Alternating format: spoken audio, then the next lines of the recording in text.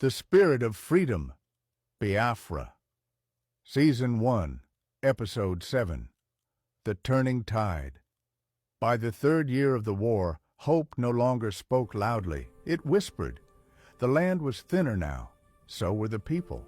Supplies dwindled, weapons aged, and the faces of soldiers carried the weight of too many losses.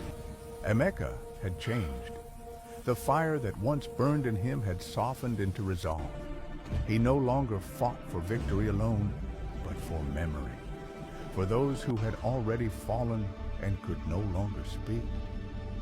Across Biafra, the tide began to turn. Federal forces pressed harder.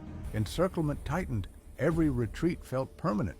Every advance came at unbearable cost. Villages disappeared overnight, not erased by bombs alone, but by hunger, fear, and the long exhaustion of survival. In the camps, children learned silence before they learned laughter.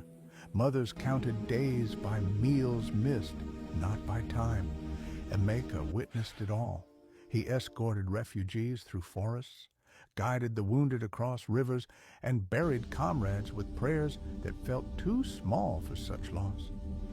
Yet, even as the world collapsed around them, something refused to die. Songs were still sung, quietly. Stories were still told, in whispers. Names were still remembered. Resistance had changed its shape. It was no longer only on the battlefield. It lived in endurance, in refusal, in the simple act of remaining human. During one brutal engagement, Emeka was wounded, not fatally, but enough to force stillness upon him.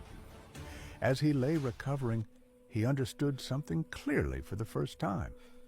Biafra might not win this war with guns, but it would survive it through memory, through those who lived to remember and those who taught the next generation what had been endured. When Emeka returned to the front, he carried no illusions, only purpose.